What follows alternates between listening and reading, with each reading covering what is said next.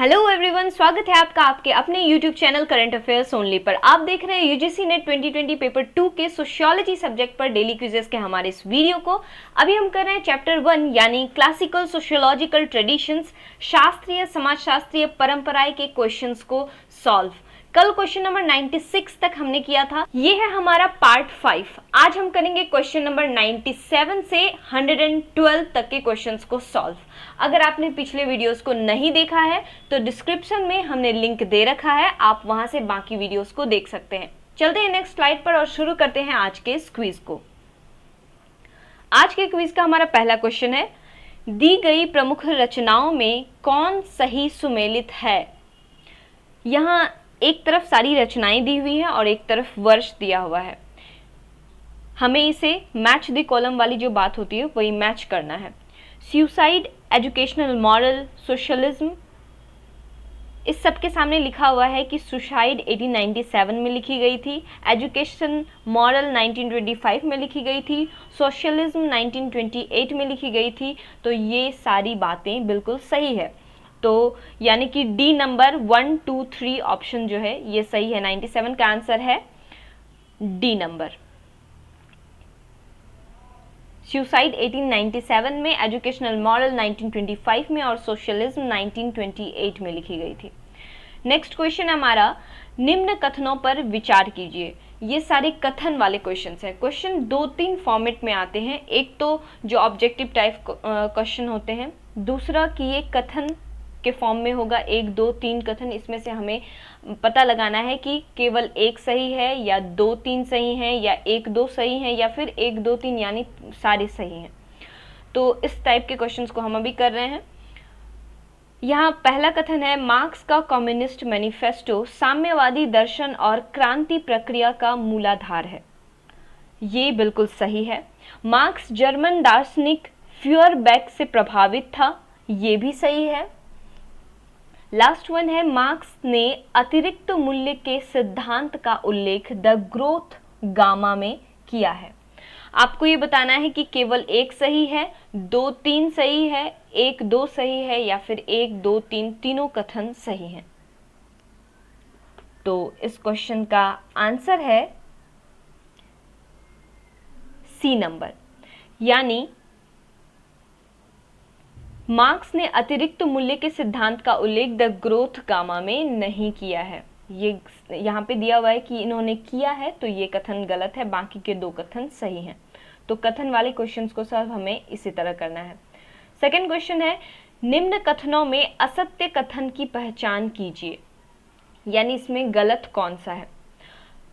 सारे कथन को हम पढ़ते हैं। पहला है, वेबर की समाजशास्त्रीय सिद्धांत संबंधित आदर्श विधि एक मानसिक अवधारणा है। वेबर के अनुसार व्यक्ति का धार्मिक विश्वास उसके परिवार के सदस्यों के साथ उसके संवेगों तथा संवेदनाओं पर आधारित होता है। वेबर ने समाजशास्त्री के साथ केवल राजनीतिक अर्थशास्त्री के रूप में योगदान दिया। तो 99 का आंसर क्या है? ऑप्शन है यहाँ पे, केवल एक सही है या 2 या फिर 2, 3 या 1, 2। तो 99 का आंसर है सी नंबर, यानी कि 2 नंबर और 3 नंबर में जो कथन है वो सही है। पहला कथन बिल्कुल गलत है कि वेबर की समाजशास्त्रीय सिद्धांत संबंधित आदर्श विधि एक मानसिक अवधारणा है, ये बिल्कुल गलत है। बाकी के 2 जो ऑप्शन है, जो कथन है वो सही है। नेक्स्ट क्वेश्चन हमारा, निम्नलिखित में से कौन सा कथन असत्य नहीं है। पहले तो क्वेश्चन पढ़ के ही पता लगा लेना है कि ये क्वेश्चन हमसे मांग क्या रहा है। तो निम्नलिखित में से कौन सा कथन असत्य नहीं है। असत्य नहीं है मतलब कि वो सत्य है। तो हमें ढूंढना है कि इस चारों में कौन सा सही है। चलते हैं 1 बाय 1। वेबर के अनुसार समाजशास्त्र निर्वचनात्मक या अवबोधन समाजशास्त्र है। लाइन वाइज एक एक ऑप्शन को उठा करके एक एक कथन को देखते हुए जाना है और बताते हुए जाना है कि ये सही है या गलत है, तो लास्ट में कंक्लूजन इजीली निकलेगा। तो पहला ये कथन बिल्कुल सही है। उसी तरह दूसरा है, वेबर समाजशास्त्रीय अध्ययन में धर्म तथा आर्थिक एवं सामाजिक घटनाओं के बीच संबंध दर्शाया है। ये भी सही है। वेबर के अनुसार धार्मिक तथा आर्थिक घटनाएं एक दूसरे पर निर्भर करती हैं, ये भी बिल्कुल सही है। और डी नंबर में हमारा उपरोक्त सभी, यानी कि सारे सही। तो 3 तक हमारा सही था ही, और डी में हमारे पास ऑप्शन भी वही है कि उपरोक्त सभी सही। तो आंसर हो जाएगा 100 का डी नंबर। ऐसे कथन वाले क्वेश्चंस को हमें इसी तरह सॉल्व करना है। एक एक कथन को उठा के हमें पता लगाना है कि वो सही है या गलत है, क्योंकि इतना तो कंफर्म है कि जब हम क्विज पे आए हैं तो यानी कि हम चैप्टर्स को पढ़ के क्विज करने के लिए आए हैं। तो अब तक हमारी जो बेसिक नॉलेज है, जो इन चैप्टर्स से रिलेटेड नॉलेज है, वो हमारा फुलफिल हो चुका है। और अब हम क्विज कर रहे हैं, यानी अब हम एग्ज़ाम के लास्ट पड़ाव पर हैं। अब हम एग्ज़ाम्स आने वाले हैं तो हम क्विज कर रहे हैं। तो इसलिए एक एक कथन को उठा के सही गलत हमें शुरू से करते जाना है, जिससे कि ऑप्शंस में फंसना नहीं है। कभी कभी होता है कि ऑप्शन हमें डाइवर्ट कर देता है, तो उसमें ना आने के लिए हमें 1 बाय 1 ऑप्शंस को, इसको एक एलिमिनेशन मेथड भी कहते हैं कि कौन सही है कौन गलत है, ऐसे हम इजीली आंसर पे पहुंच जाते हैं। नेक्स्ट क्वेश्चन हमारा, निम्न कथनों पर विचार कीजिए।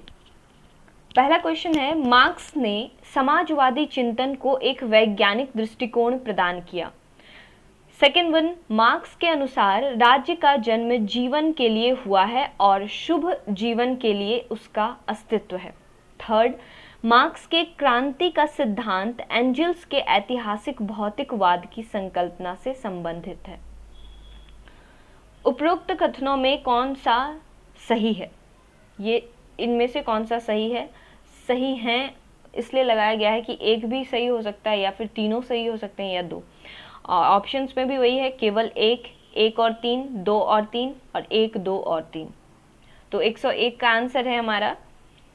फिर हम जो एलिमिनेशन मेथड है या फिर 1 बाय 1 जाने की प्रक्रिया है वो करके देख लेते हैं। तो 1 नंबर में है, मार्क्स ने समाजवादी चिंतन को एक वैज्ञानिक दृष्टिकोण प्रदान किया है, तो ये बिल्कुल सही है। और मार्क्स के अनुसार राज्य का जन्म जीवन के लिए हुआ है और शुभ जीवन के लिए उसका अस्तित्व है, बिल्कुल नहीं, ऐसा कोई सिद्धांत नहीं है, मार्क्स बिल्कुल ऐसा नहीं सोचते। थर्ड है हमारा ऑप्शन, मार्क्स के क्रांति का सिद्धांत एंजल्स के ऐतिहासिक भौतिकवाद की संकल्पना से संबंधित है, तो ये बिल्कुल सही है, यानी कि 1 और 3 सही है। तो ऑप्शन नंबर सी हमारा 101 का आंसर हो गया, ऑप्शन नंबर सी। फिर चलते हैं नेक्स्ट क्वेश्चन पे। निम्न कथनों पर विचार कीजिए। फिर से लाइन वाइज हमें एक एक ऑप्शंस को देखते जाना है, कथन को देखते जाना है।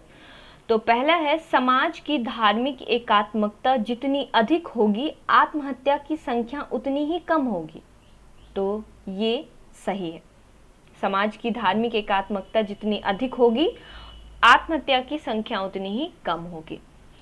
नेक्स्ट है, ग्रामीण समाज की एकात्मकता जितनी अधिक होगी आत्महत्या की संख्या उतनी ही अधिक होगी, ये बिल्कुल गलत।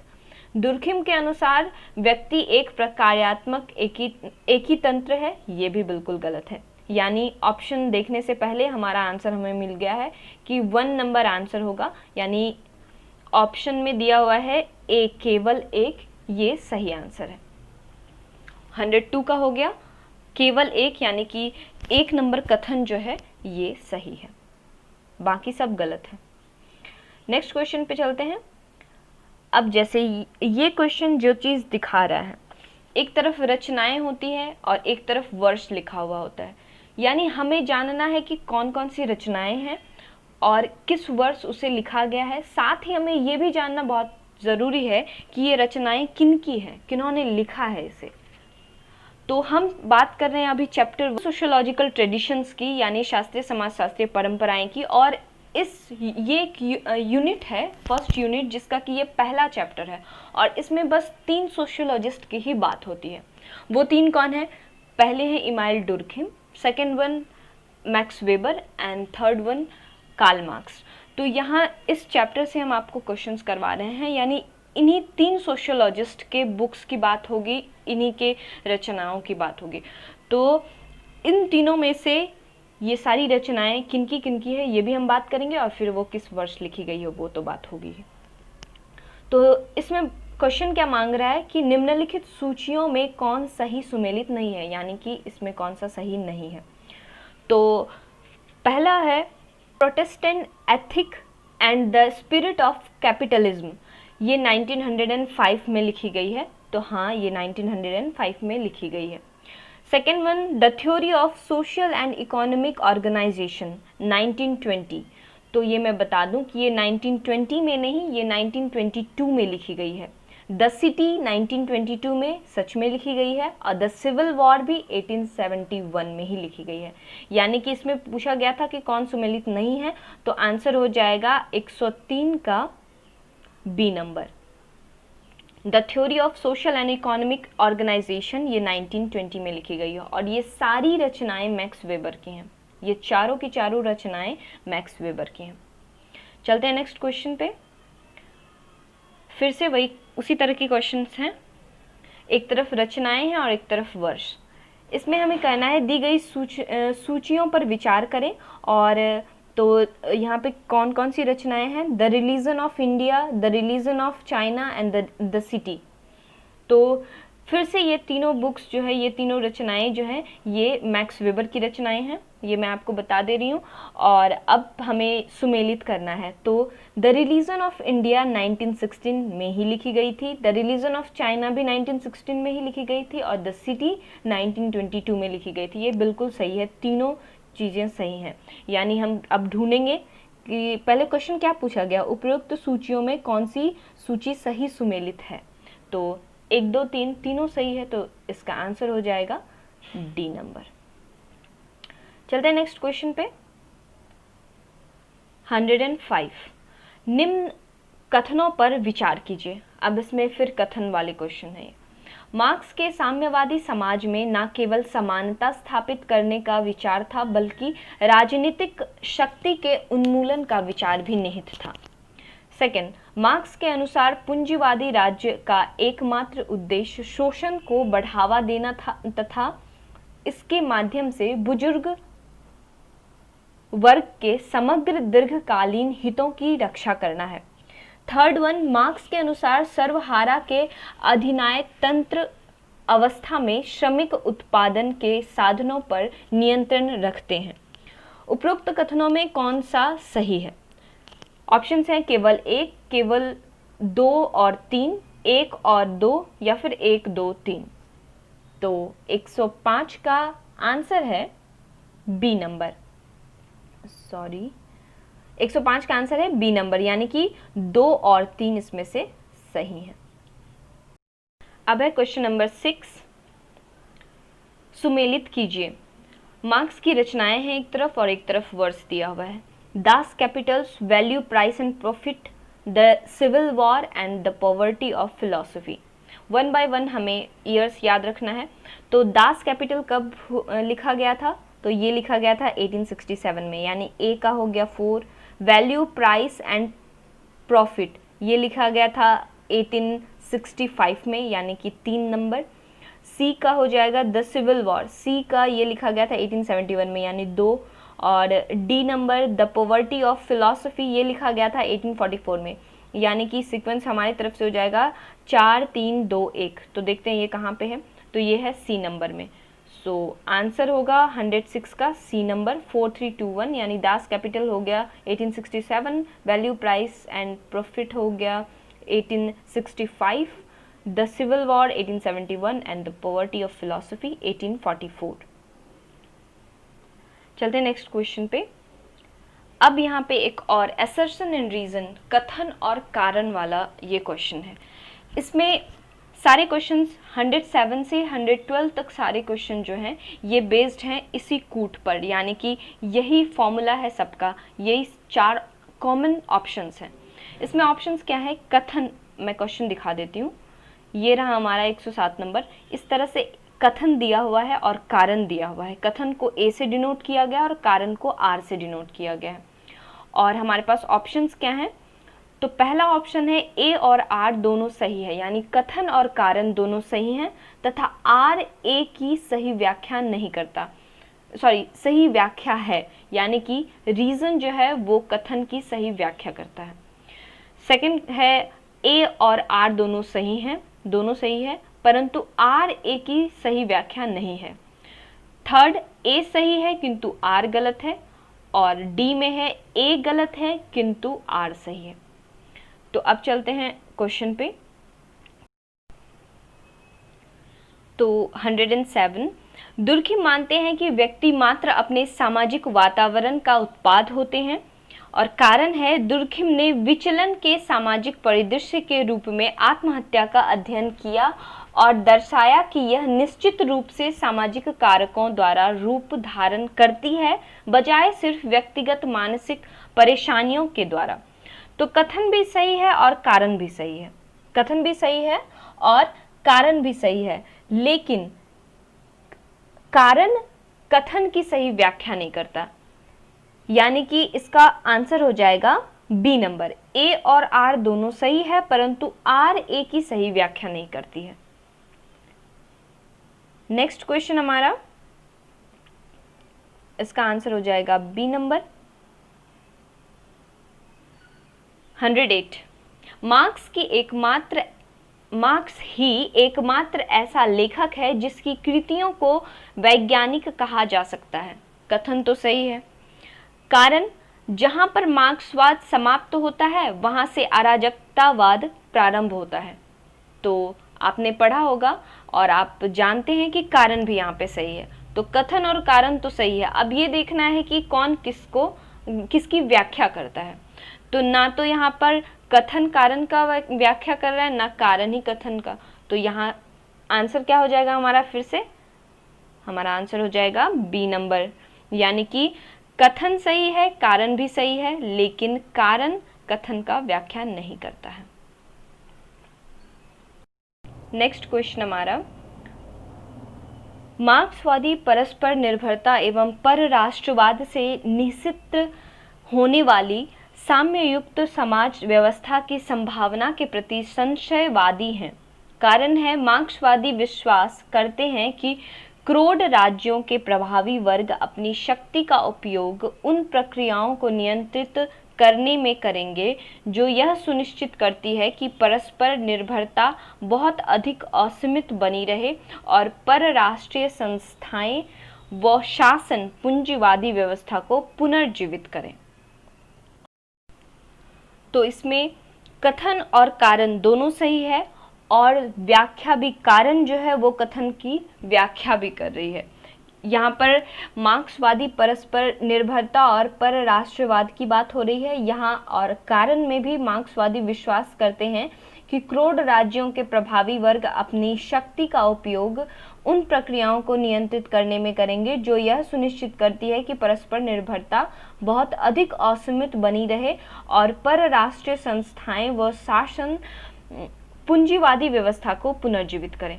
तो यानी इसका आंसर हो जाएगा, मैं लिख देती हूँ, ए नंबर। ए नंबर आंसर हो जाएगा। ए में आप स्लाइड को ऊपर जाकर के फिर देख सकते हैं कि ए नंबर में दिया हुआ है ए और आर दोनों सही हैं तथा आर ए की सही व्याख्या करता है। चलते हैं नेक्स्ट स्लाइड पर। दुर्खिम ने समाज में घटित होने वाली सभी घटनाओं का कारण समाज को बताया है। कथन है ये।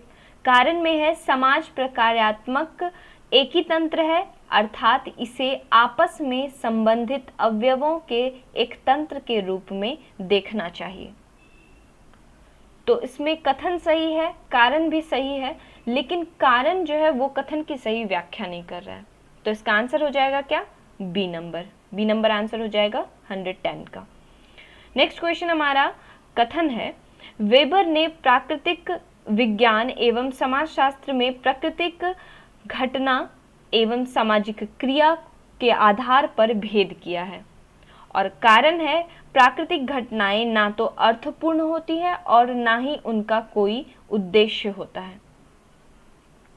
तो यानी कथन सही है, कारण सही है और कारण कथन की सही व्याख्या भी कर रहा है। तो आंसर हो जाएगा हमारा क्या? ए नंबर। ए नंबर आंसर हो जाएगा। Question number 112, last question of this session. Marks के अनुसार जब तक पूंजीवादी तत्वों का पूर्णतया विनाश न हो जाए, राज्य पर श्रमिकों का अधिनायकत्व रहे और कारण है मार्क्स के अनुसार शक्ति की रक्षा के लिए शक्ति का प्रयोग आवश्यक है। तो दोनों कथन और कारण दोनों सही हैं, और कारण जो है वो कथन की सही व्याख्या भी कर रहा है, तो इसलिए इसका आंसर हो जाएगा ए नंबर आंसर हो जाएगा 112 का। तो फिर आज के वीडियो में बस इतना ही। वीडियो अच्छा लगा हो तो लाइक एंड सब्सक्राइब करें और एटलीस्ट एक स्टडी रिलेटेड ग्रुप में इसे शेयर जरूर करें। Thanks for watching this video. Stay home, stay safe.